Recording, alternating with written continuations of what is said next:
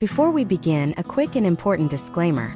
The information provided in this video is strictly for educational and entertainment purposes only and does not constitute professional legal, financial, tax, or psychological advice.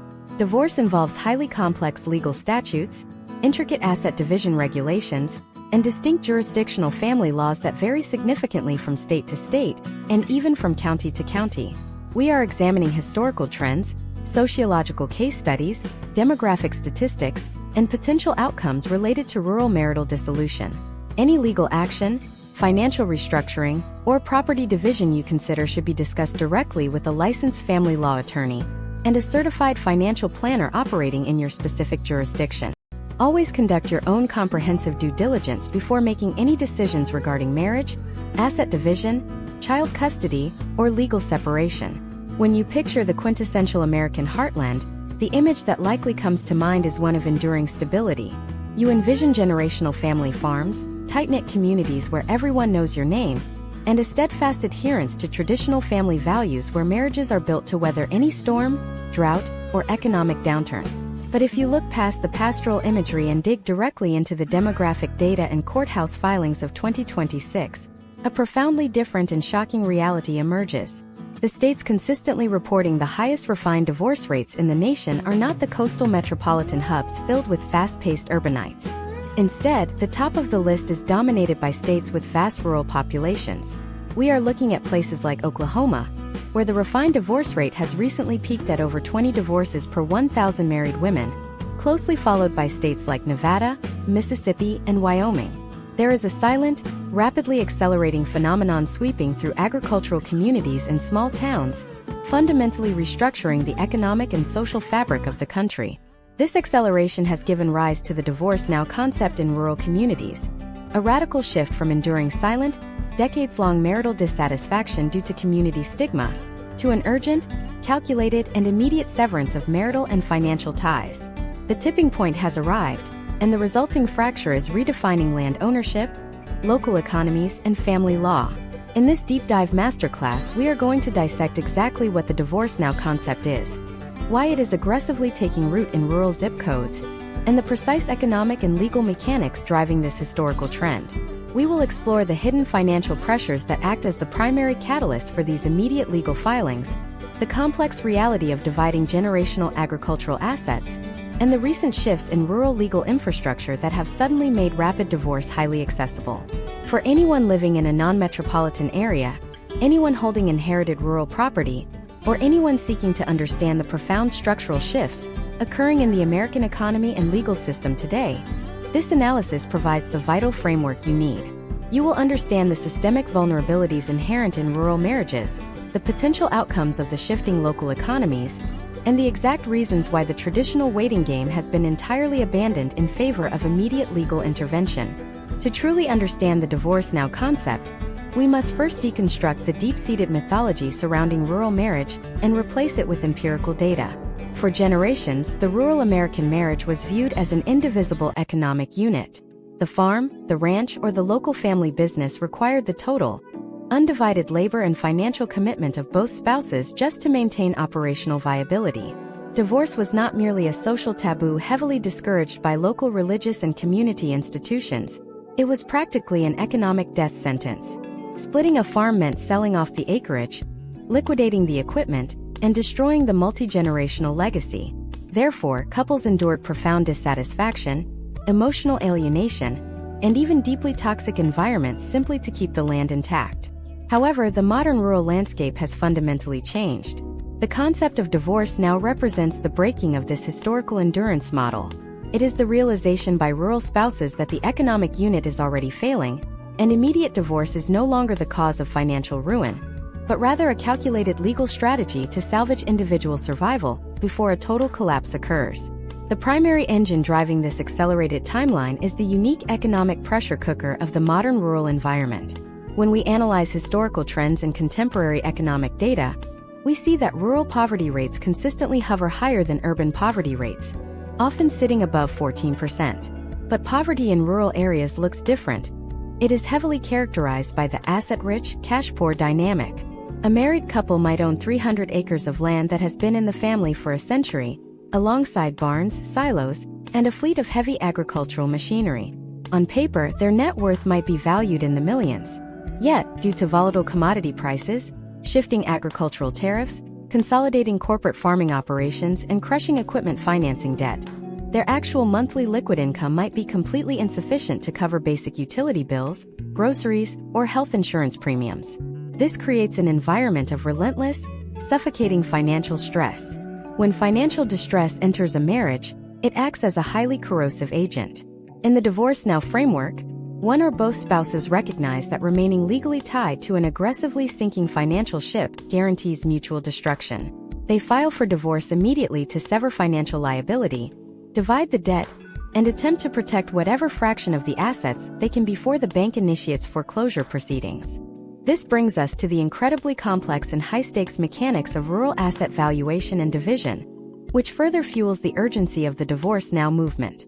Unlike a typical urban divorce where a couple might simply sell a suburban home and split the cash in a joint checking account, rural divorces involve specialized, illiquid assets that require highly technical legal and financial maneuvering. Consider the division of a commercial combine harvester, a herd of cattle, or the severing of mineral and timber rights from the surface land. How does a court equitably distribute an active, heavily indebted farming operation without completely destroying its ability to generate revenue? In historical case studies, courts would often attempt to create complex buyout structures where one spouse pays the other over a period of decades. However, the modern trend rejects these long-term entanglements. Spouses are demanding immediate clean breaks. We are seeing a surge in sophisticated tracing of assets, where forensic accountants are brought in to differentiate between inherited non-marital property and property acquired through the joint labor of the marriage. The urgency of Divorce Now is heavily tied to locking in the valuation of these volatile assets immediately. If crop prices are currently high, or if a local land developer is eyeing the property for subdivision, the filing spouse wants to initiate the divorce and lock in the asset valuation right now, rather than waiting a year and risking a market crash that would wipe out their potential settlement. Furthermore, we must examine the fundamental shift in the legal infrastructure that has removed the friction from the rural divorce process. Historically, seeking a divorce in a rural county was a highly visible and deeply uncomfortable public spectacle. It required driving to the county courthouse, parking your recognizable truck in the town square, and interacting with court clerks and local attorneys who were likely your neighbors, fellow church members, or even extended relatives. The loss of privacy was a massive deterrent. However, the legal landscape has undergone a massive transformation, particularly with the widespread adoption of hybrid and virtual court proceedings. Today, preliminary hearings, mandatory mediations, and even collaborative divorce negotiations are frequently conducted entirely via secure video conferencing from the privacy of a home office or a parked car. This technological shift has effectively eliminated the social friction and the localized gossip mill that previously kept rural marriages locked in place. The Divorce Now movement thrives on this newfound accessibility and anonymity. A spouse living 50 miles from the nearest town can now retain a high-powered family law attorney from a different county, file the initial petition electronically, and begin the legal severance process without ever stepping foot in their local courthouse until the final decree requires an in-person signature. Another massive demographic layer driving this urgency is the explosion of gray divorce within rural communities. As younger generations continue their historical trend of outmigration, leaving rural farming communities to seek education and employment in urban centers, the demographics of the American heartland have skewed significantly older. We are looking at a population of couples in their late 50s, 60s, and 70s who originally stayed together for the sake of the children or for the sake of the farm. Now, with the children gone and the farm either sold to a corporate conglomerate or leased out to neighbors, the original binding forces of the marriage have evaporated. Advances in healthcare mean these individuals are looking at 20 or 30 more years of life expectancy. The Divorce Now mindset takes hold as they refuse to spend their remaining decades in a stagnant, isolated, and emotionally vacant household. They are willing to liquidate the accumulated rural estate, divide the retirement accounts, and move to different towns or even different states to begin entirely new chapters. This specific demographic shift is actively flooding rural court dockets with high-asset, complex dissolution cases that require immense judicial resources to process. Finally, we must look at the impact of the rural healthcare dynamic on the acceleration of these legal filings. In countless rural households, a specific survival strategy has historically emerged: One spouse works the farm or engages in independent, high-risk manual labor, while the other spouse secures employment at the local regional hospital, the county school district, or a municipal government office specifically to acquire stable, comprehensive health insurance and a reliable pension plan for the family unit. This creates a profound economic imbalance within the marriage. The independently working spouse relies entirely on the formally employed spouse for their physical healthcare safety net. When the marital relationship deteriorates, the spouse holding the benefits often utilizes the divorce now strategy to quickly legally separate and protect their hard-earned pension from being entirely consumed by the farm's debt or the other spouse's potential medical liabilities. The immediate filing is a protective measure, a legal barrier erected to safeguard the only stable financial assets the family actually possesses. This complex intertwining of agricultural volatility, localized employment monopolies, and healthcare accessibility creates a unique powder keg that makes the rural divorce landscape significantly more volatile and urgent than anything seen in the typical suburban cul-de-sac. To truly grasp the sheer velocity of this trend, we need to move beyond demographic data and look at the exact anatomy of a rural marital dissolution in the year 2026. Imagine if you were looking at the financial reality of David and Sarah, a couple managing a third-generation, 800-acre soybean and corn operation in rural Iowa. On the surface, their operation represents the pinnacle of the American agricultural dream. But behind closed doors, the financial architecture of their lives is teetering on the edge of total systemic collapse.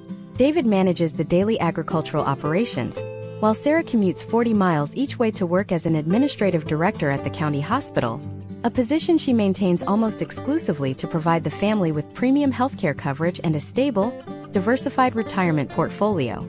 Historically, if their marriage deteriorated into irreconcilable differences, the couple would enter a prolonged period of separation under the same roof, silently absorbing the emotional cost to protect the farming legacy.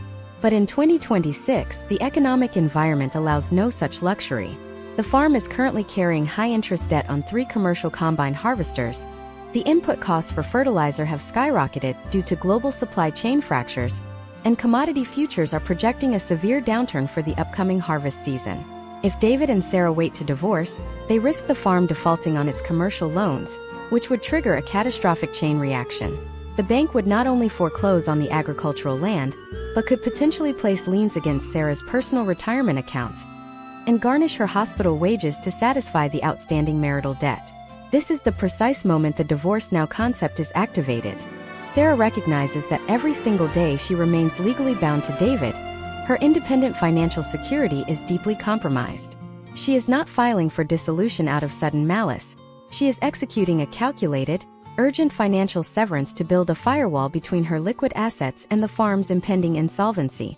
Through a virtual consultation with a family law attorney located in a different jurisdiction, she initiates the filing electronically. The speed of this action is critical. By filing today, she legally demarcates the end of the shared financial liability. Any debt David takes on tomorrow to keep the farm afloat, any new equipment lease he signs, or any emergency agricultural loan he secures is now solely his responsibility. Let us break down the exact step-by-step mechanics of how this plays out in the legal system, because it is far more complex than simply dividing the balance of a suburban checking account. Once the petition is filed, a massive forensic accounting operation commences. The court must untangle decades of heavily intertwined rural assets. First, they must address the land itself. Because the 800 acres were inherited by David from his grandfather, the surface land might initially be classified as non-marital property. However, over the past 15 years, marital funds derived directly from Sarah's hospital salary were systematically used to pay the property taxes, upgrade the irrigation systems, and build a climate-controlled heavy equipment barn. This creates a deeply complicated legal scenario known as commingling. Sarah's attorneys will argue that the marital estate is entitled to a massive reimbursement for the proportional increase in the farm's overall valuation, demanding a substantial cash buyout that the farm simply does not have the liquid capital to provide. Next, we must examine the highly volatile nature of the agricultural assets currently in play. We are talking about massive grain silos full of last season's yield waiting to be sold, cattle herds that fluctuate in value daily based on market weight and feed costs, and highly specialized farming equipment that depreciates rapidly the moment it leaves the dealership. In a typical urban divorce, you appraise the marital residence, and the value stays relatively stable throughout the 6-month proceedings. In a rural divorce, the value of the marital estate can swing by hundreds of thousands of dollars in a single afternoon based on Chicago Board of Trade commodity pricing. This intense volatility forces a rapid acceleration of the legal discovery process. Attorneys utilize specialized agricultural appraisers who deploy drone mapping, satellite imagery, and predictive yield modeling software to lock in the valuation of unharvested crops on the exact date of separation. When we study historical trends, particularly the devastating farm crisis of the 1980s, we see tragic instances of massive rural bankruptcies paired with quiet, desperate marital strain.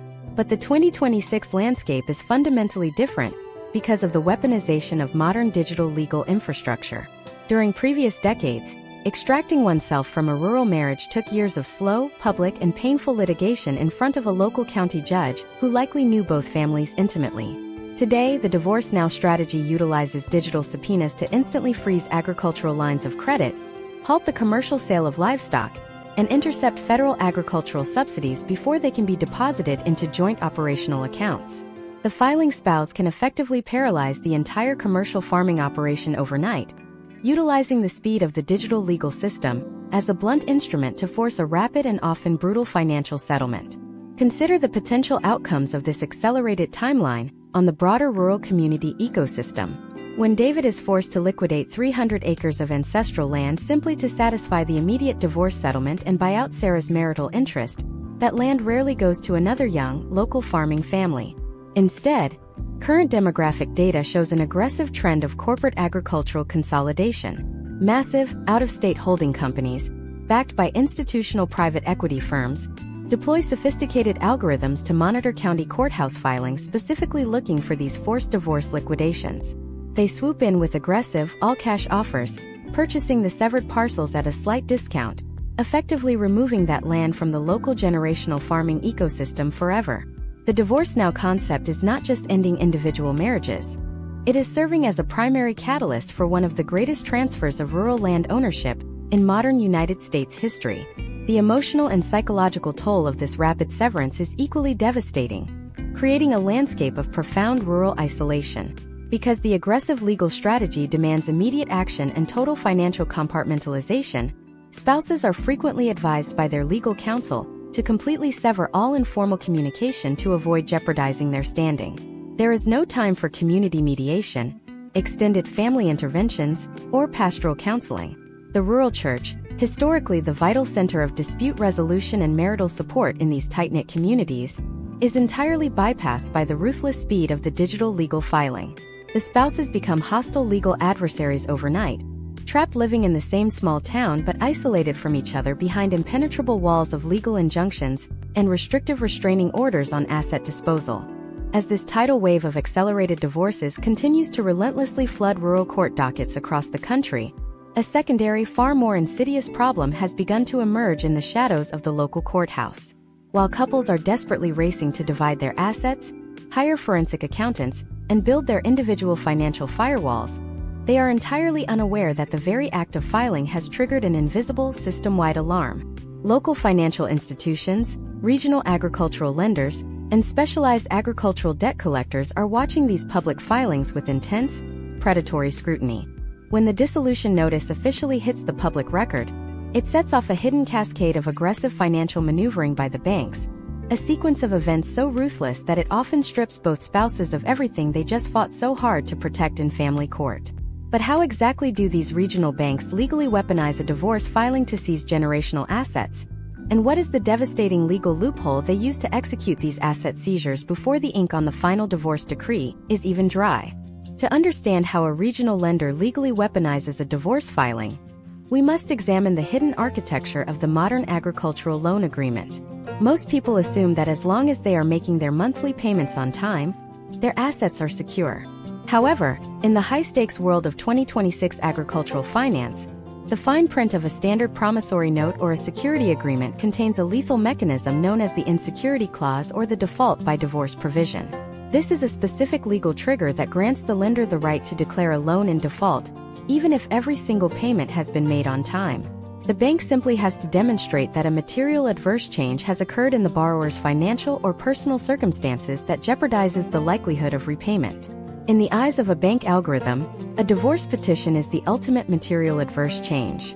Imagine if we look at the case of Mark and Elena, who operate a medium-sized dairy facility in western Kansas. They have worked with the same regional bank for 2 decades. They have a primary operating loan of $2 million, cross-collateralized by their herd, their milking equipment, and 300 acres of prime pasture. When Elena files for divorce under the Divorce Now framework, she is seeking to protect her interests, but she unintentionally rings a silent alarm at the bank's headquarters in the city.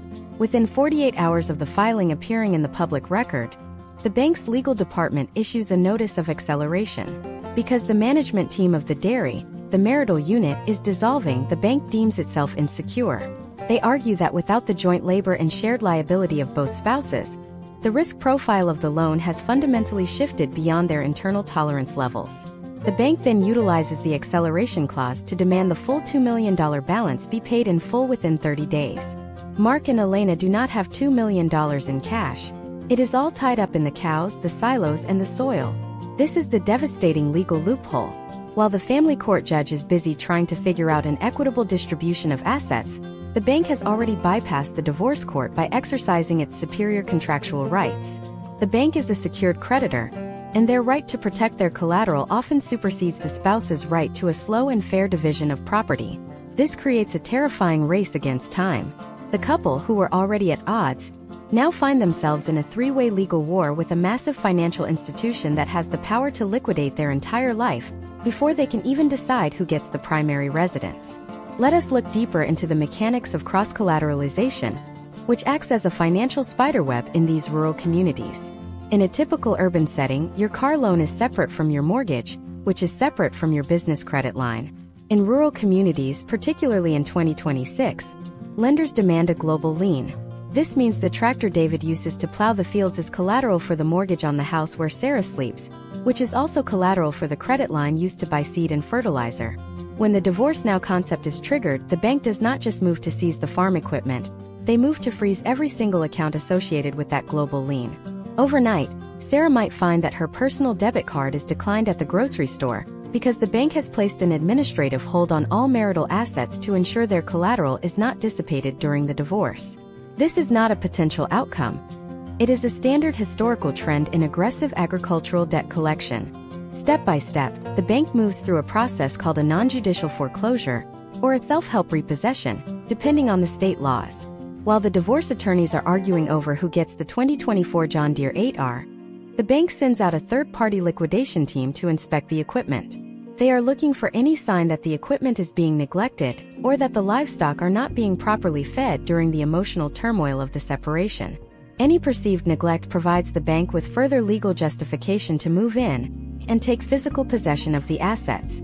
The psychological pressure this places on the divorcing couple is immense. They are forced into a corner where they must either reconcile, which is often impossible by this point, or agree to a predatory restructuring of their debt. This restructuring is the second half of the bank's strategy. When the couple realizes they are about to lose everything, the bank offers a way out. A new loan with a significantly higher interest rate, perhaps 12 or 14% in the current 2026 economic climate, along with a demand for additional collateral, such as a lien on an elderly parent's nearby property or a claim on future inheritance. The bank effectively uses the divorce as a leverage point to extract even more profit from the struggling rural family. They are not interested in the marriage, they are interested in the equity. In many case studies, we see that by the time the divorce is finalized, the bank has successfully consumed 40 to 60% of the marital net worth through increased interest, legal fees, and forced liquidation costs. Furthermore, we must address the death of the handshake deal. In historical rural America, a couple could go to the local bank manager, someone they went to high school with, and explain the situation. The manager would often work with them, providing a grace period or a flexible repayment plan while they sorted out their personal lives. But in 2026, those local banks have largely been swallowed up by massive national conglomerates or private equity-backed regional giants. Decisions are no longer made by a person who knows your family history, they are made by a risk assessment AI in a different time zone. The algorithm does not care about the 3 generations of blood and sweat David's family put into the land. It only sees a broken contract and a high-risk data point. This shift in the financial landscape has created a new class of rural legal specialists, the divorce bankruptcy hybrid attorney. These professionals are seeing a surge in demand because the divorce now concept is increasingly requiring an immediate Chapter 11 or Chapter 12 bankruptcy filing to be executed simultaneously with the divorce petition. The bankruptcy filing creates an automatic stay, a legal shield that temporarily halts the bank's ability to seize the assets or foreclose on the land. It is a desperate, high-stakes gambit to force the bank back to the negotiating table. However, this adds yet another layer of extreme cost and complexity. Now, the couple is paying for 2 sets of divorce attorneys and a specialized bankruptcy firm, while still trying to manage a failing agricultural operation in a volatile market. As we look at the potential outcomes of this systemic trap, a chilling reality emerges. The rural community is being hollowed out not just by the emotional failure of marriages, but by a financial system that sees marital instability as a profit-generating event. The land is being transferred from families to corporations, the local bank is being replaced by an indifferent algorithm, and the remaining residents are left with the debt, while the assets are stripped away. This is the dark underbelly of the divorce now concept that many spouses fail to see until the process is already in motion. They think they are fighting for their freedom, but they are often walking straight into a preset financial snare. But what happens when the assets are not just land and machines? What happens when the most valuable thing being fought over is not something you can sell to a corporation, but the very future of the local workforce? There is a growing silent crisis regarding the division of something called shadow equity in rural businesses, hidden wealth that both spouses have contributed to, but only one name is on the paperwork. How do you value the 20 years of unpaid labor Sarah provided to the family business while also holding down her hospital job? And more importantly, as these rural families shatter, what is happening to the next generation? We are seeing a radical and unprecedented shift in how rural custody and child support are being handled in 2026, as parents are no longer fighting for time, but are being forced to weaponize their children to secure a piece of the failing family estate. How are the courts in 2026 reinventing the concept of the best interests of the child to fit this new, brutal rural reality? The reinvention of the best interests of the child standard in 2026 is perhaps the most radical shift we have seen in family law since the move to no-fault divorce decades ago. In the Rural Divorce Now framework, the court is no longer just looking at which parent provides a more stable emotional environment. Instead, judges are being forced to navigate a complex matrix of geographic isolation, digital infrastructure, and the economic survival of the next generation. We are moving into an era of what legal scholars call ecosystemic custody, where the court evaluates the child's long-term viability within a specific rural landscape versus their potential for upward mobility in a suburban or urban setting. Imagine the case of Jackson and Chloe in rural Nebraska. They represent a classic 2026 demographic fracture. Jackson is a fifth-generation rancher, deeply tied to the land and the specific traditions of his community. Chloe, after 15 years of marriage, has secured a management position in a growing regional hub 75 miles away.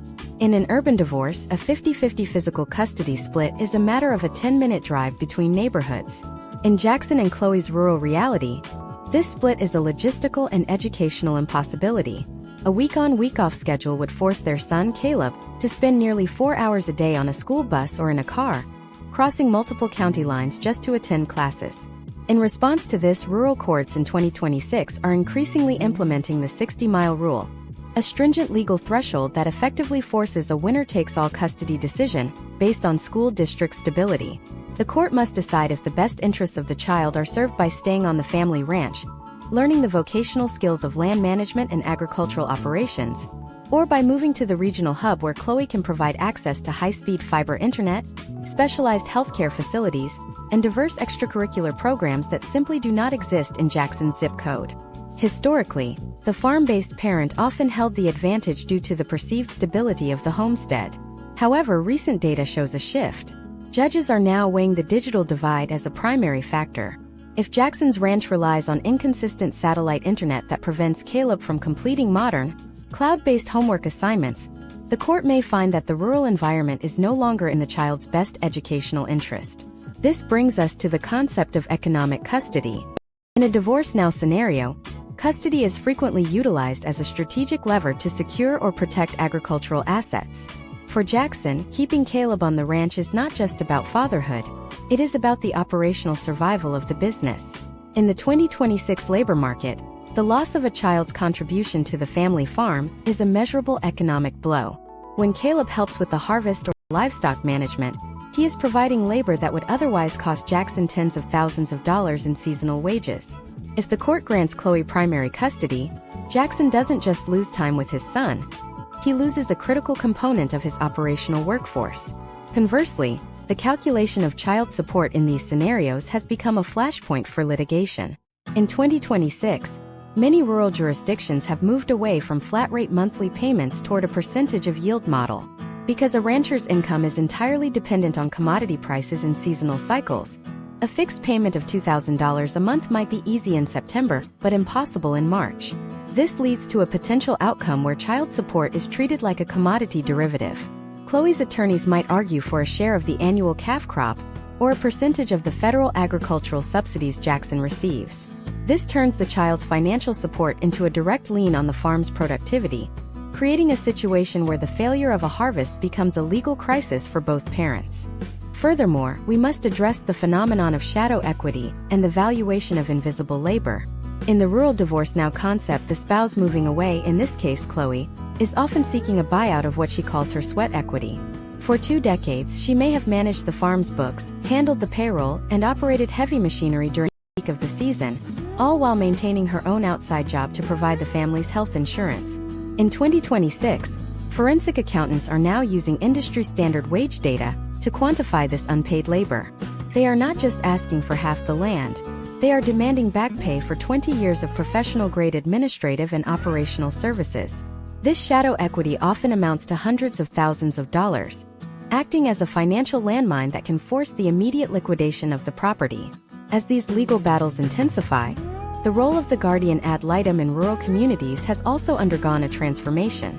In a small town, the person appointed to represent the child's interests is often a local attorney who knows both families, the history of the land, and the social standing of the parties involved. This creates a high risk of localized jury and judicial bias. We are seeing more cases in 2026 where parents are petitioning for out-of-county guardians and even out-of-district judges to avoid the deeply entrenched social networks of the rural community. The divorce now concept is essentially outgrowing the capacity of the local legal system to remain neutral. The psychological toll on rural youth in these scenarios is unprecedented. In a tight-knit community, a divorce is not a private matter. It is a public redistribution of local power and resources. Caleb isn't just watching his parents separate, he is watching the neighbors choose sides. He sees the family brand, the name on the side of the trucks and the silos, becoming a symbol of litigation and debt. This has led to the rise of what sociologists call rural displacement trauma. Children in these communities often feel a profound sense of guilt, as if their own existence is the catalyst for the farm's destruction or the loss of generational land. They are the collateral damage in a high-stakes war over shrinking rural margins. But there is an even darker layer to this geographic and social fracture. As the physical distance between parents increases and the financial assets are stripped away by the bank and the lawyers, a new form of isolation begins to take hold. It is a phenomenon that is quietly spreading through the rural heartland, transforming once vibrant agricultural hubs into social deserts. We are seeing the emergence of the divorce contagion, where a single divorce now filing in a small town triggers a cascade of subsequent filings in a chain reaction of social and economic panic. Why does one divorce in a rural community often lead to 5 more in the same zip code within 18 months? And what is the hidden role of the local cooperative and the grain elevator in predicting whose marriage is the next to fail? As we move into the next phase of our study, we will uncover the predictive data used by rural creditors to identify at-risk marriages before the couple even knows they are headed for court.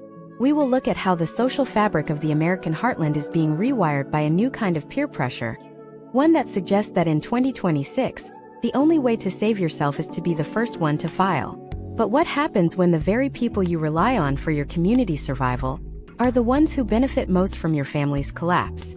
To understand this localized cannibalization, we must pull back the curtain on the hidden data economy operating within the modern agricultural ecosystem. In the year 2026, the local farming cooperative is no longer just a friendly community hub where neighbors gather to buy seed, trade weather forecasts, and drink burnt coffee. It has quietly evolved into a highly sophisticated, algorithmic data broker. These regional cooperatives manage the primary credit lines for essential operational inputs like diesel fuel, synthetic fertilizer, and commercial livestock feed. Because they monitor the exact purchasing behaviors and payment velocities of every single farm in the zip code, they possess a terrifying predictive capability. Long before a rural couple ever sits down to discuss the possibility of a legal separation, the cooperative's financial risk management software has already flagged their marriage as a high probability of failure. The data points are stark and undeniable. When a farm that historically prepays for premium winter wheat seed suddenly switches to financing generic, low-yield seed on a high-interest cooperative credit line, or when routine maintenance on heavy machinery is abruptly deferred for 3 consecutive financial quarters, the algorithm registers profound economic distress. And in the historical trends of rural sociology, extreme unmitigated economic distress is the absolute most reliable leading indicator of an imminent marital dissolution under the Divorce Now framework. This creates a deeply unsettling potential outcome where the very institutions designed to support the agricultural community are structurally incentivized to anticipate and exploit its fracture. When the cooperative's algorithm flags a farm for impending insolvency, which frequently triggers a divorce filing, the cooperative's management board must act aggressively to protect their own localized financial interests. They may suddenly reduce the farm's operational credit limit just as the planting season begins, or demand additional collateral, effectively forcing the financial crisis that pushes the couple over the edge into family court. Worse still, because the board members of these cooperatives are often the most prominent and wealthy landholders in the county, they are granted front-row access to the financial death throes of their neighbors. When the divorce is finally filed and the inevitable court-ordered liquidation of the family farm is mandated to satisfy the mounting debts and the divided marital estate, these board members are perfectly positioned to purchase the prime, subdivided acreage at fire sale auction prices. The very people you rely on for community survival become the architects and the primary beneficiaries of your family's collapse, swallowing up generational land to expand their own corporate farming footprints. This predatory environment accelerates the divorce contagion effect we see sweeping across the American heartland. It creates an atmosphere of intense paranoia and high-stakes legal gamesmanship, where the fundamental rule of 2026 rural family law is that you must be the absolute first person to the courthouse steps. Imagine if we look at the case of Marcus and Olivia, a couple operating a specialized timber and livestock operation in a remote county in northern Idaho. As their marriage deteriorates under the crushing weight of volatile timber futures and rising operational costs, Olivia realizes that utilizing the Divorce Now strategy is her only path to financial survival. But in a rural county, the legal resources are profoundly scarce. There are exactly 3 highly competent, aggressive family law attorneys within a 200-mile radius capable of handling the complex forensic accounting required to divide commercial timber rights and agricultural subsidies. If Olivia acts first, she does not just retain one attorney. She executes a ruthless, widely documented legal maneuver known as conflicting out the competition. She strategically schedules initial, confidential consultations with all 3 of the top-tier attorneys in the region. She pays their consultation fees and briefly discusses the intimate financial details of her impending case. Under the strict ethical guidelines of the American Bar Association, once an attorney has received confidential information from a potential client, they are strictly prohibited from representing the opposing party due to a massive conflict of interest. When Marcus eventually discovers that his marriage is ending and scrambles to find local legal representation to defend his ancestral land, he is systematically rejected by every capable lawyer in the county. He is effectively legally starved, forced to either represent himself against Olivia's elite legal team or hire an exorbitantly expensive, out-of-district attorney from a metropolitan area who has absolutely no understanding of localized agricultural law, county court politics, or rural asset valuation. The Divorce Now concept transforms the lack of rural infrastructure into a weapon of mass legal destruction. The psychological devastation of this tactic on the rural community cannot be overstated. In an urban environment, you divorce your spouse, you move to a different neighborhood, and you slowly rebuild your social network in anonymity. In the rural landscape of 2026, there is no anonymity and there is no escape. When Marcus is legally outmaneuvered and forced to liquidate his family's timber operation, he doesn't just lose his business. He loses his entire identity within the social hierarchy of the town. Every time he drives his truck down the main street, he is forced to look at the logging trucks of the rival family who bought his land at the divorce auction. He must sit in the same local diner as the cooperative board members who restricted his credit. The community does not offer a safety net. It operates as a localized vulture economy, feeding on the remnants of the failed marriage.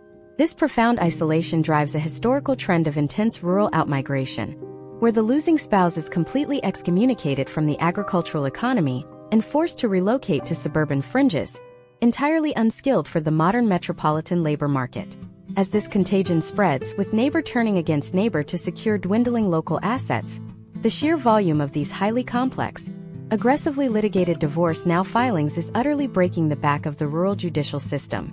County courthouses that were originally designed to handle a handful of simple, uncontested marital dissolutions a month are now drowning under thousands of pages of emergency financial injunctions, digital asset subpoenas, and bitter custody disputes over agricultural labor. The dockets are backed up for years, the local judges are completely overwhelmed, and the entire concept of swift, localized justice has collapsed under the weight of the data-driven agricultural crisis. But what happens when the state governments realize that human judges can no longer mathematically process the volume of rural family destruction? How does the sudden, controversial implementation of mandatory algorithmic arbitration and artificial intelligence legal mediators in late 2026 completely strip the last remaining shreds of human empathy from the rural divorce process, leaving families to be divided not by a judge who understands the land, but by a cold, calculating machine learning model operating from a server farm 3 states away?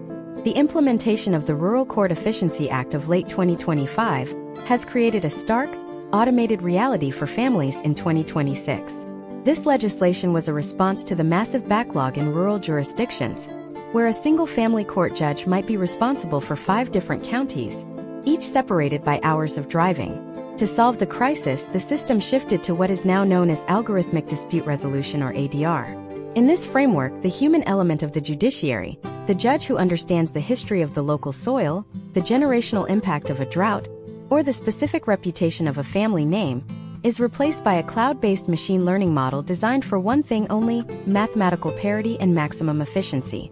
Imagine the case of Thomas and Maria, who operate a multi-million-dollar poultry and soybean operation in the Mississippi Delta. Their marriage has reached its breaking point under the divorce now pressure, and because the local court docket is currently facing a 30-month delay, their case is diverted into the mandatory ADR pilot program. Instead of sitting in a mahogany-paneled courtroom in front of a peer, Thomas and Maria are required to upload every single digital footprint of their shared life into a secure portal. This includes 20 years of tax returns, real-time banking data, GPS coordinates of their property lines, equipment maintenance logs, and even personal communication history. The algorithm then processes this data through a decision-making protocol that values cold logic over the nuances of rural life. One of the most devastating potential outcomes of this system is the neutrality paradox.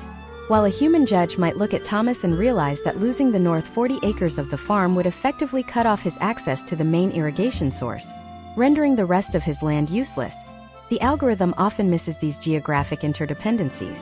It sees 40 acres as a line item with a specific market value. If the math dictates that Maria is owed exactly that value to achieve an equitable split, the algorithm will mandate the transfer or the sale of that specific parcel without regard for the operational destruction it causes to the remaining agricultural unit. This leads us to the hidden mechanics of the AI-driven liquidation bias. In 2026, the software used by these rural court systems is fundamentally programmed to favor the most liquid solution possible.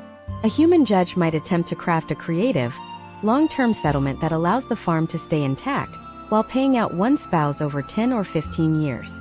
But for the ADR system, time is a risk variable. To the machine, the safest and most efficient way to resolve a conflict is the immediate conversion of physical assets into cash. This means that if Thomas cannot prove he has the liquid capital to buy out Maria's interest within a 90-day window, the algorithm triggers an automatic, non-negotiable auction protocol. It doesn't matter if the market for poultry is currently in a slump, or if the land values are temporarily suppressed. The algorithm prioritizes the closure of the legal file over the preservation of the family legacy. Furthermore, we must examine the loss of the intangible value, known in historical rural law as community standing or social capital. In the past, a spouse who had contributed significantly to the local community, perhaps through volunteer fire department service, church leadership, or local school board participation, might receive a degree of judicial empathy when it came to maintaining their homestead. There was a sense that the stability of the town depended on the stability of its key citizens. In the 2026 ADR system, Social capital has a value of 0. The machine cannot calculate the worth of a handshake or the value of a family's 3-generation history of helping neighbors during a flood. It only calculates the inputs it can verify: bank statements, deed filings, and credit scores. This effectively strips the rural divorce process of its humanity, turning the end of a 20-year marriage into a high-speed data crunching exercise that takes less than 40 milliseconds of server time. Another critical layer is the concept of algorithmic marital waste. In the Divorce Now framework, the AI is programmed to scan for any expenditure that does not align with the historical norms of the household. If Thomas spent $5,000 on a new set of tires for a truck that is technically marital property, but did so after the date of the first marital counseling session, the AI may flag this as an intentional dissipation of assets. It doesn't matter if the tires were a safety necessity for the farm. The machine sees a deviation from the pattern. Conversely, if Maria utilized marital funds to secure a rental property in the city before the official filing, the algorithm will retroactively deduct that full amount, plus projected interest, from her final settlement. In 2026, there is no place to hide from the forensic gaze of the court's AI, which has direct, real-time access to the centralized ledger of the rural banking system. We are also seeing a historical trend where the lack of an appellate process in these pilot programs creates a finality that is often brutal. Because the ADR system is marketed as a voluntary, high-speed alternative to the traditional court, the fine print often includes a waiver of the right to appeal based on anything other than a technical software malfunction. This means that if the algorithm makes a logical error, such as misvaluing a piece of specialized agricultural equipment because it used national data instead of local auction results, the spouses are often legally stuck with the decision. The machine's word is final, and the courthouse staff is now so reduced that there is no human ombudsman to hear a complaint. This systemic automation is driving a new kind of rural anxiety. Families are no longer just afraid of the divorce itself. They are terrified of the machine that will process it. We are seeing cases where couples stay in toxic, even dangerous situations simply because they are more afraid of the algorithmically mandated liquidation of their land than they are of each other. The Divorce Now concept has met its match in the liquidation now reality of the 2026 legal system. The rural community, which once prided itself on its independence from the cold bureaucracies of the city, now finds itself more governed by faceless code than any urban center in the country. But there is a secondary effect to this technological takeover that is even more subversive. As the AI begins to master the patterns of rural marital failure, it is being utilized not just to settle divorces, but to predict them for the benefit of insurance companies. In late 2026, a new form of domestic risk assessment is emerging, where your marriage's stability score directly impacts your ability to secure crop insurance, health coverage, and even vehicle liability policies. How did the private insurance industry gain access to these judicial algorithms? And why is your marital health now considered a primary factor in your farm's operational insurability? As we pull back the veil on the 2026 insurance industrial complex, we will see that the greatest threat to a rural marriage isn't just the bank or the court. It is the hidden risk score that determines if you are even allowed to participate in the rural economy at all. What happens when the insurance company decides your marriage is too expensive to maintain?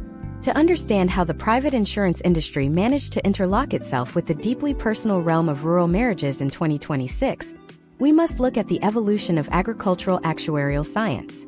Historically, crop insurance and farm liability underwriters based their premiums on weather patterns, historical yield data, soil quality, and global commodity forecasts. However, as the rural economic landscape became increasingly volatile, insurers realized that the single greatest unpredictable variable leading to farm bankruptcy was not a sudden drought or a catastrophic flood, but the sudden dissolution of the marital unit operating the machinery.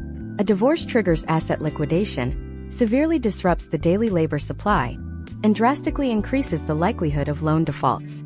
To mitigate this massive financial exposure, the insurance industrial complex quietly developed and deployed the domestic risk profile, a shadow credit score specifically designed to calculate the real-time probability of your marriage failing. Imagine if we examine the operational reality of William and Eleanor, who run a 3,000-acre dryland wheat operation in rural Montana. For 25 years, they have carried standard multi-peril crop insurance, a massive farm umbrella liability policy, and premium health insurance. In the past, as long as they paid their premiums, their coverage was secure. But in 2026, their insurance underwriters do not just look at their payment history. They continuously scrape vast reservoirs of alternative data. through data sharing agreements with regional agricultural cooperatives, telecommunications providers, and rural banking networks. The underwriting algorithms are fed a constant stream of behavioral metadata. The system notices when William starts spending significantly more time at the local bar, based on the geolocation data from his smartphone. It registers when Eleanor opens a secondary, individual checking account at a bank 2 counties over. It detects when the farm delays the routine, expensive maintenance on their primary combine harvester. Individually, these data points might seem innocuous, but aggregated through a predictive machine learning model, they signal severe domestic and financial distress. Within the span of a single financial quarter, William and Eleanor's domestic risk profile plunges into the high-risk category. The algorithm has determined with a terrifying degree of statistical probability that they are on a direct trajectory toward the divorce now legal framework. This triggers an automated, highly aggressive response from the insurance sector. The first blow usually lands via the farm's umbrella liability policy. In historical trends of agricultural safety, data proves that heavily distracted, emotionally distressed, or legally battling operators are exponentially more likely to cause catastrophic machinery accidents or experience severe livestock mismanagement. To the algorithm, William is no longer a seasoned farmer. He is a statistical liability waiting to drive a tractor into a ditch because he is arguing with his divorce attorney on a hands-free headset. The insurance company quietly issues a notice of non-renewal for their umbrella policy, stripping the farm of its protective legal shield against accidents or environmental damage claims. The second, and often fatal, blow is delivered to their crop insurance. While standard federal crop insurance might be marginally protected, the supplemental private coverage, which is absolutely vital for surviving a total crop failure in the modern hyperinflated agricultural market, is strictly at the discretion of the underwriter. The insurance company recalculates William and Eleanor's premiums based on their plummeting marital stability score, effectively tripling their rate right before the planting season begins. The justification is cold and purely mathematical.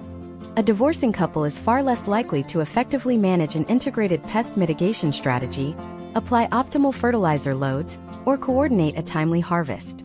The insurer views the impending divorce as a guaranteed decrease in yield efficiency, and they price the premium so exorbitantly high that the couple cannot possibly afford to pay it.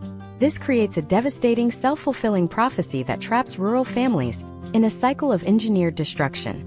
William and Eleanor were perhaps experiencing temporary marital strain due to low wheat prices, something they might have weathered with time and counseling. But when the insurance company artificially spikes their overhead costs based on a predictive algorithm, it manufactures the exact financial crisis it was supposedly trying to avoid. Without affordable crop insurance, the bank refuses to release the operational line of credit needed to buy seeds. Without the line of credit, the farm cannot plant. The sudden realization that they are completely economically locked out of the upcoming agricultural season provides the final, crushing psychological pressure that officially breaks the marriage. Eleanor realizes the only way to survive the impending default is to initiate a divorce, now filing to sever her financial ties to the uninsurable farm. The algorithm successfully predicted the divorce because the algorithm essentially caused the divorce. We must also look at the profound impact this invisible scoring system has on rural healthcare access. In 2026, health insurance actuaries utilized these same predictive models to forecast the severe physical and psychological toll of a rural marital collapse. The data unequivocally shows that individuals undergoing a high-stakes agricultural divorce experience massive spikes in stress-related cardiovascular events, severe depression, and elevated rates of substance dependency. When a rural couple is flagged by the domestic risk profile, their health insurance premiums are often subjected to aggressive rate hikes under the guise of localized risk pooling. For a spouse who relied on the farm's revenue to pay for specialized medical care or expensive prescription medications, this sudden lack of affordability is catastrophic. They are forced to accelerate the divorce process specifically to qualify for single-income state-sponsored healthcare subsidies, or to force a rapid liquidation of farm assets just to cover their soaring medical premiums. The potential outcomes of this systemic insurance discrimination are reshaping the demographics of the American heartland. We are witnessing the creation of massive, uninsurable agricultural dead zones.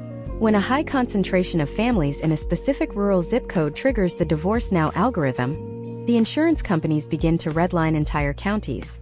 They quietly withdraw their most affordable policies from the region, classifying the local social fabric as too volatile to underwrite.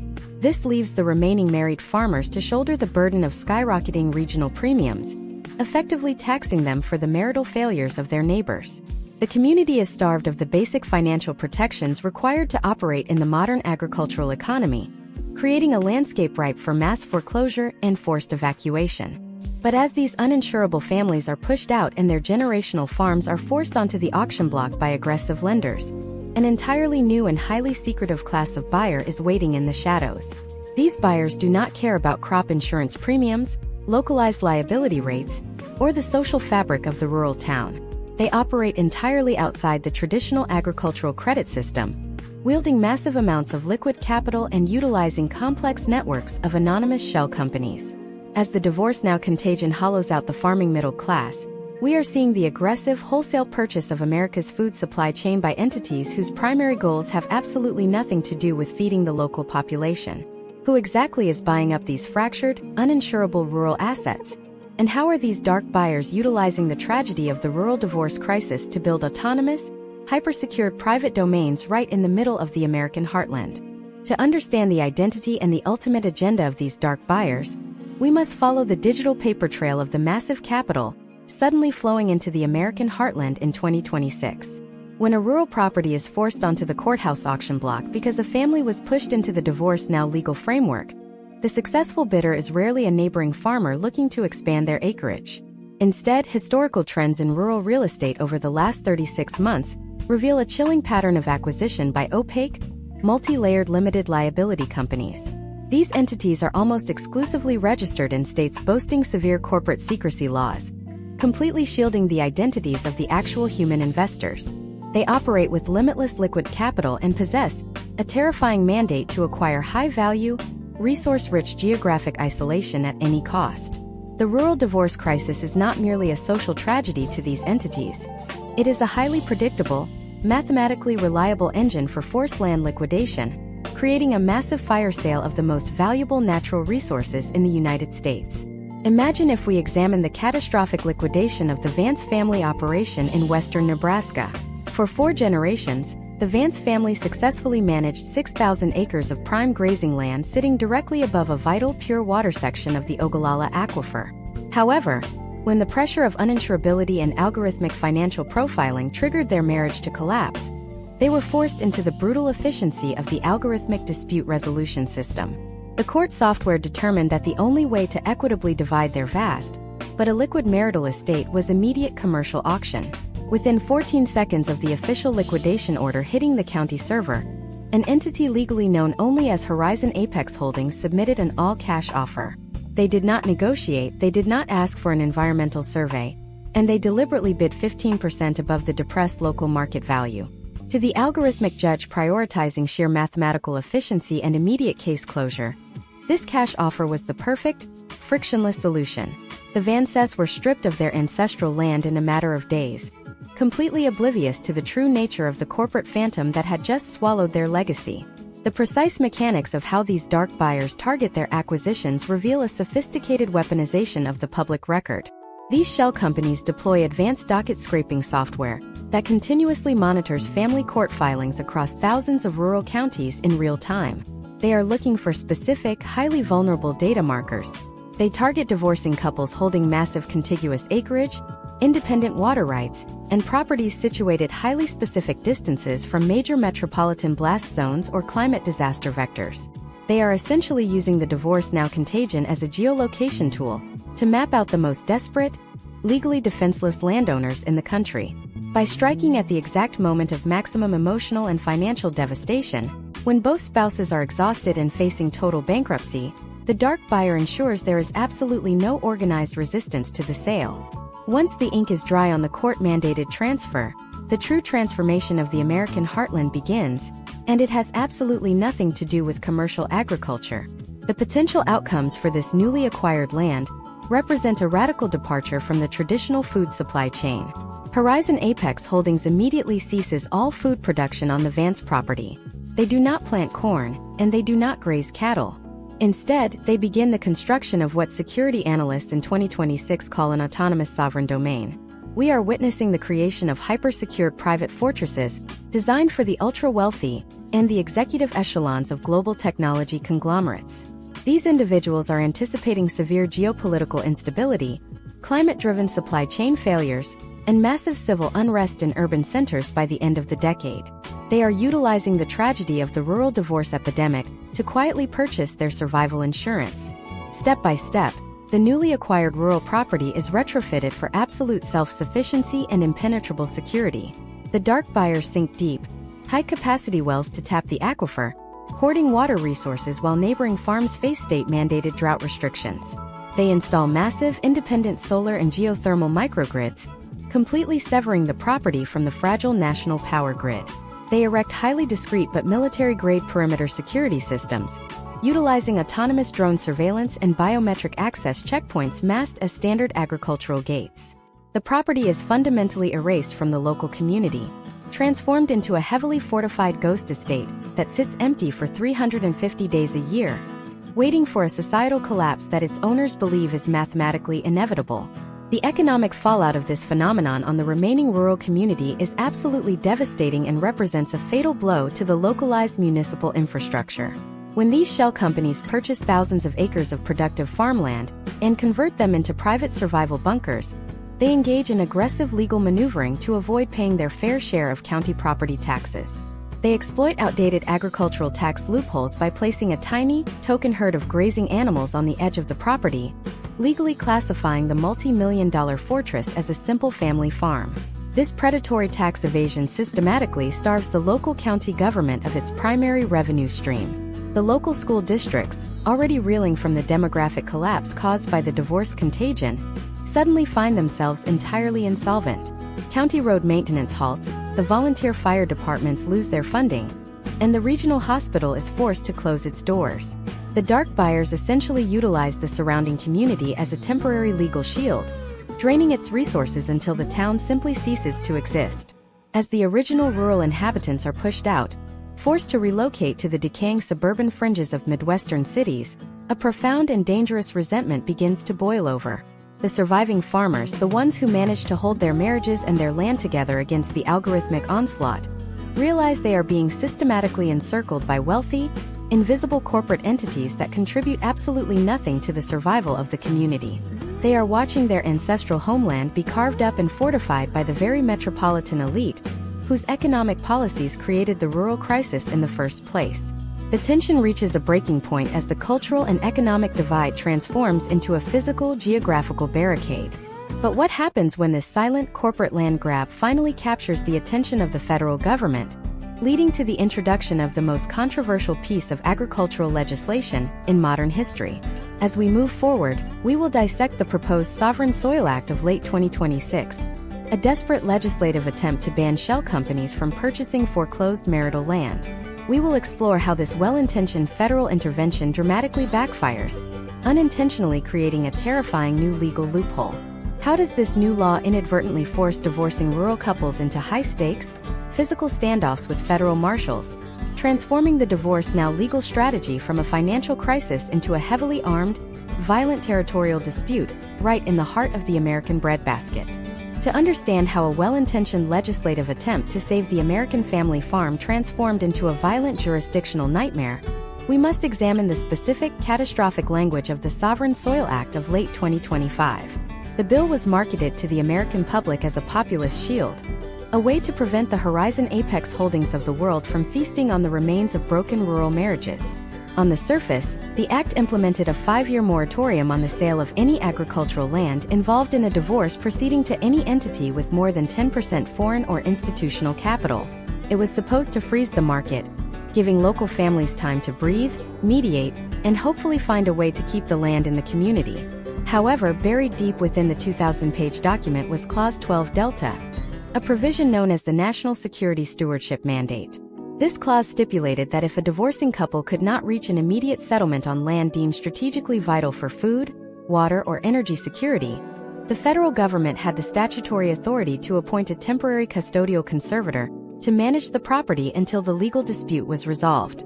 In 2026, the definition of strategically vital has been expanded to include nearly every acre of productive soil in the United States. Imagine the situation of Elias Thorne, a rancher in the high plains of Wyoming whose family has worked the same 12,000 acres since the Homestead Act.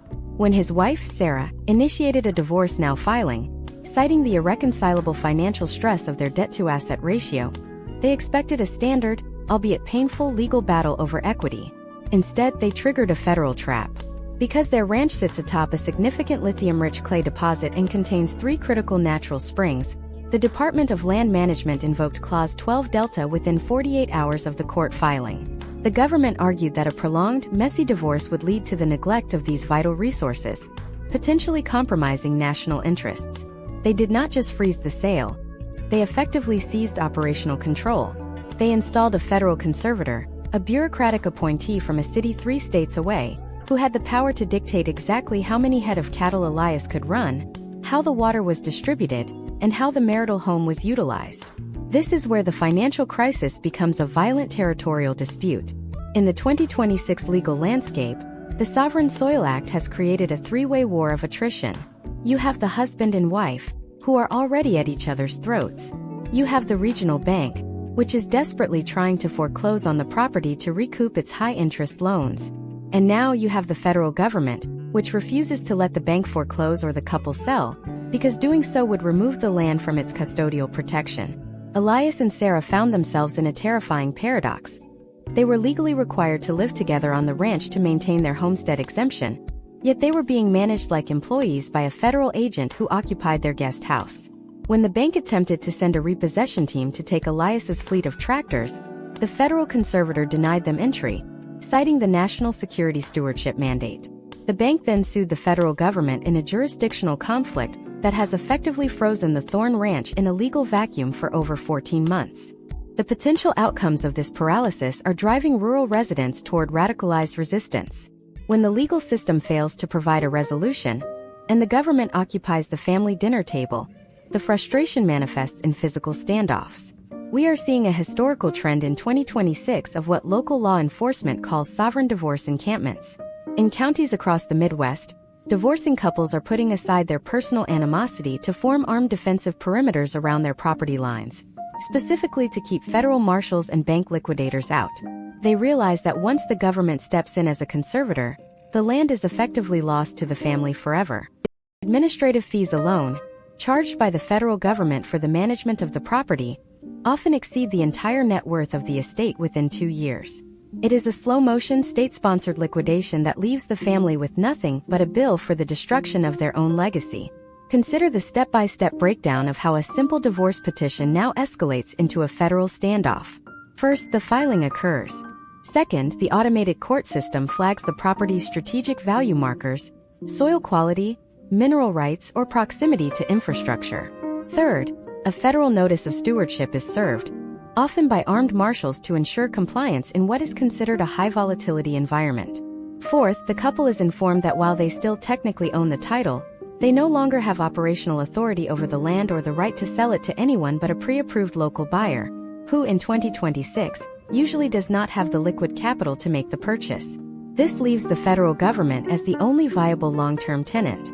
For Elias Thorne, the moment of no return came when a federal marshal attempted to serve a notice of mandatory water diversion, which would have dried up his livestock's primary drinking source to serve a nearby government-contracted mining facility. Elias, supported by 20 of his neighbors and even his estranged wife, refused to move his truck from the gate. The resulting 6-day standoff was not about the marriage. It was about the survival of the land itself. This leads us to the most subversive evolution of the divorce now concept, the strategic weaponization of federal intervention. In a horrifying twist of legal strategy, some high-conflict divorce attorneys are now advising their clients to intentionally trigger the Sovereign Soil Act as a scorched earth tactic. If a spouse knows they have no chance of winning the family farm in a traditional settlement, they can include specific language in their petition regarding environmental hazards or mismanagement of strategic resources. This virtually ensures a federal takeover. They would rather see the land consumed by the government than allow their former partner to keep it. This has turned the rural court system into a minefield of malicious filings where the ultimate goal is no longer a fair split, but the total annihilation of the asset. As we look at the data from the first half of 2026, the refined divorce rate in rural areas has actually begun to plateau, but not for a positive reason. It is not because marriages are becoming more stable, It is because the cost of filing has become too high. A divorce in a rural community now carries the risk of attracting the federal eye, leading to the total loss of land and autonomy. We are entering an era of shadow separations, where couples live in a state of permanent, unofficial estrangement, trapped on the land by a legal system that has made the exit too dangerous to attempt. The American heartland is becoming a patchwork of broken homes and government-managed territories, where the traditional family unit is being replaced by a state-run agricultural bureaucracy. The social fabric of the United States is being rewoven in a way that our ancestors would not recognize. The town square is gone, replaced by a digital court portal. The handshake deal is dead, replaced by an algorithmic risk score. And the family farm, once the bedrock of American stability, has become a high-stakes pawn in a game of global resource competition. But as we reach the end of this deep dive, we have to ask the most uncomfortable question of all. Is this collapse a byproduct of bad policy and economic misfortune? Or is it the intended result of a long-term plan to centralize control over the nation's most vital assets? In the final part of our masterclass, we will pull back the curtain on the endgame for the year 2030. We will examine the secret White House briefings that discuss the post-family rural landscape and the emergence of the neo-feudal corporate territories that are already being mapped out. What happens when the last independent farmer is gone, and the entire American breadbasket is owned by 3 companies and managed by a single federal algorithm? The conclusion to the study of the divorce now concept is not just about the end of a marriage, it is about the end of the American dream as we know it. The transition from the family-owned agricultural unit to the corporate-managed strategic zone is not merely an accidental byproduct of a high divorce rate. It is the final stage of a multi-decade economic restructuring that we are witnessing in its terminal phase in 2026. To understand the endgame, we must look at the emergence of the neo-feudal agricultural model. In this system, the concept of private land ownership for the middle class is entirely phased out, replaced by a structure where the state or a megacorporation holds the title, and the former landowning families are transitioned into the role of custodial operators or tenant managers. The divorce now phenomenon was the necessary catalyst because it provided the legal and social friction required to break the generational chain of title that had previously been impenetrable to outside capital. Imagine the reality of a rural citizen in 2030, whom we will call Robert. Robert lives on the same 3,000 acres that his father and grandfather once owned in central Nebraska. However, Robert does not pay a mortgage, and he certainly does not hold a deed. Following the high-stakes legal dissolution of his marriage in 2026, a process that was accelerated by the Sovereign Soil Act, the land was folded into a Regional Agricultural Management Zone, or RAMZ. Robert is now a Tier 4 certified operator. He receives a monthly stipend from a global food conglomerate and lives in the original farmhouse, but he is legally prohibited from making any unilateral decisions about the soil, the water, or the crops. Every action he takes is dictated by a centralized AI management system that optimizes for global export prices rather than local sustainability. The divorce now concept was the trapdoor that allowed the corporation to step in and offer a debt-for-equity swap that saved Robert from bankruptcy, but cost him his independence forever. This brings us to the precise, step-by-step mechanics of the agricultural subscription model, which is the projected potential outcome for the entire American heartland by 2030. In this model, the traditional family farm is replaced by the corporate-managed zone. These zones are not governed by county lines, but by optimized production perimeters. When a rural couple files for divorce in 2026, they are essentially entering a liquidation pipeline that has been pre-configured to channel their assets into these zones. The legal system, utilized by institutional investors, identifies the most valuable sections of the marital estate, usually the water rights and the high-yield acreage, and separates them from the high-risk liabilities, such as the aging equipment and the farmhouse itself.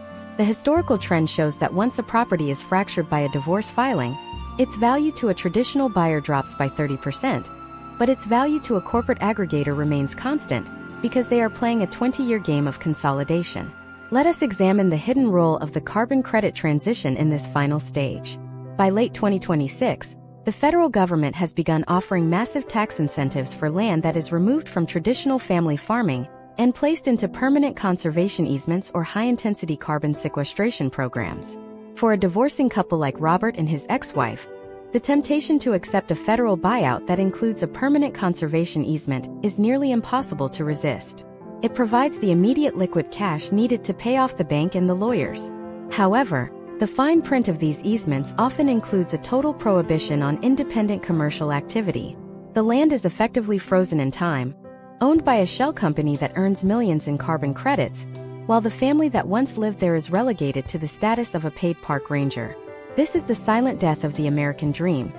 The land is still there, but the ability to build wealth from it has been legally and permanently severed.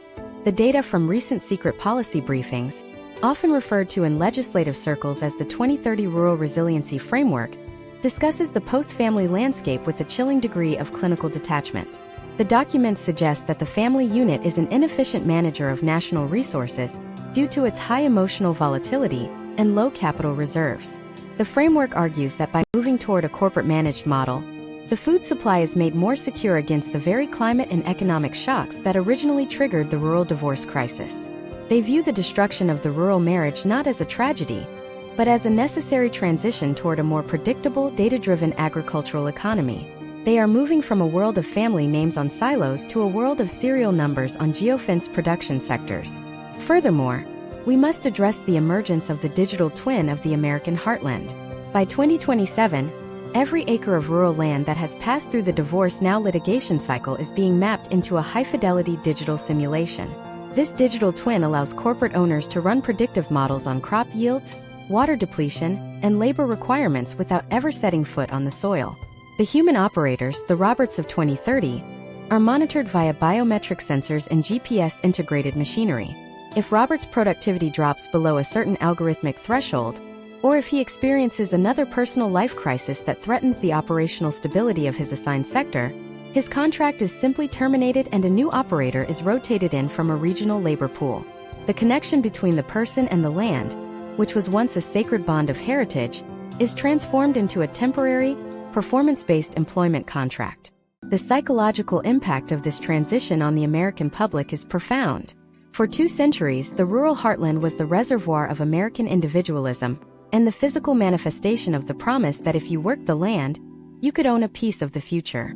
As the divorce now concept continues to hollow out these communities, that anchor is being pulled up. The potential outcomes suggest a society where the middle class is entirely untethered from physical assets, living in a state of permanent rental and subscription, even in the most remote corners of the country. We are seeing the birth of a new kind of rural nomad, people who move from zone to zone, operating machinery they will never own, on land that belongs to a company they will never see. But even as this corporate net tightens, a final unexpected phenomenon is beginning to emerge. In the most isolated parts of the Appalachian and Ozark regions, where the land is too rugged for high-intensity corporate farming, an underground resistance to the Divorce Now framework is taking root. Families are beginning to utilize ancient, nearly forgotten legal structures like the land trust and the multi-generational entailment to shield their properties from the reach of divorce courts and federal conservators. They are choosing to live in what sociologists call high-density kinship clusters, where the marriage is no longer an individual contract between 2 people, but a communal commitment that is protected by the entire extended family. They are opting out of the digital legal system entirely, returning to a world of private arbitration and communal ownership that is invisible to the corporate algorithms. As we conclude this deep dive masterclass, we must realize that the study of the Divorce Now concept in U.S. rural communities is actually a study of the survival of the individual against the machine of the 2026 economy. The fractured homes, the empty town squares, and the fortified corporate estates are all symptoms of a world that is trading its soul for efficiency. For the viewer watching today, the question is no longer just how to protect your marriage or your farm. The question is how to maintain your humanity in a system that views your most personal tragedies as a data point for asset acquisition. The historical trends are clear, but the potential outcomes are still being written by those who refuse to be liquidated. As we look toward our next investigation, we will pivot from the soil to the very air we breathe. We will explore the secret development of the Rural Atmospheric Rights Act and the upcoming battle over who owns the rain that falls on the corporate-managed zones. Is the next frontier of the rural crisis not on the ground, but in the sky itself? Stay tuned for our next deep dive into the hidden architecture of the 2030 global economy,